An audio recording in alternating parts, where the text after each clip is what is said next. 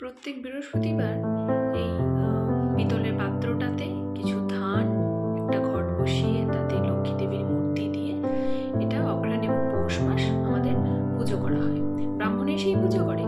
তো আজকের দিনে এই যে পাত্র সমেত ধানের যে পাত্রটা দেখছি সেটাকে নিয়ে যাওয়া হবে তুলসী গাছের তলায়। তো এখানে যেটা খুবই প্রয়োজন আঁকতে হয় সেটা হচ্ছে লক্ষ্মীর পা, পেঁচার পা এবং এই যে ধানের গলা, মানে যেটাকে ধান রাখা হয়, তারপরে হচ্ছে এটা কুলো, আর নিচে এটা ওই মানে চাঙাড়ি বা কি বলবো ধান রাখার পাত্র টাইপের কিছু একটা।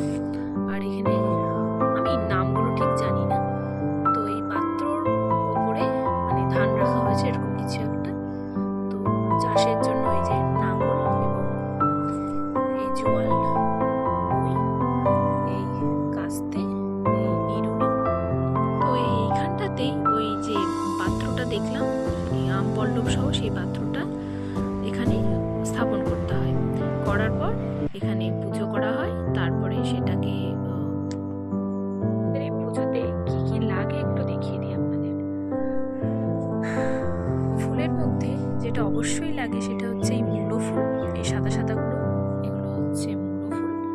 তারপরে তার পাশেই আছে সরিষা ফুল, তার পাশেই আছে এই যে মটর ফুল। তো আর বাসন্তী গাঁদা আর অরেঞ্জ কালারের গাঁদাটা লাগে, দূর্বা লাগে, তুলসী পাতা লাগে, বেল পাতা, আর এখানে একটু এক মুষ্টি আতপ চাল। আর এদিকে যেহেতু ব্রাহ্মণ পুজো করতে আসবে তাই এখানে কিছু দক্ষিণা, চাল, আলুটা দেয়া হয়নি।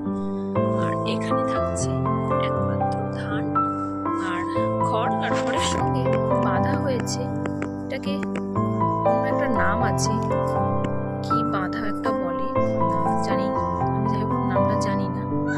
তো এই এখানে আম পল্লব থাকে, ফুল এবং সর্ষে ফুল এগুলো বাঁধা রয়েছে। তো যখন পুজো হয়ে যাবে এই যে খড়ের যে বাঁধা যেগুলো দেখছেন ওগুলোকে একটা আমাদের যেখানে খাওয়ার জন্য চাল রাখে সেখানে একটা দিতে হবে, আমাদের যেখানে ধান রাখে মানে ধানের গলাতে একটা দিতে হবে, আর একটা হচ্ছে যেখানে আমরা আর কি টাকা পয়সা রাখি সেখানে একটা দিতে হবে। এই হচ্ছে নিয়ম। আর তো এখন এই প্রসাদ হিসেবে আমাদের কি কি লাগে, প্রসাদের ক্ষেত্রে মেনলি যেটা লাগে সেটা হচ্ছে আমাদের দুধ এবং আতপ চাল, সেটা ভিজিয়ে বেটে গুঁড়ো করে ওটা লাগবেই, আর মটর লাগবে, আর 5 রকমের ফল, মিষ্টি, আর তার সঙ্গে কি লাগে আখের গুড় লাগে, এটা লাগে। আপাতত এইটুকুনি আয়োজন করা হয়েছে। এবার ব্রাহ্মণ আসবে, এসে ঠাকুর বাঁধবে।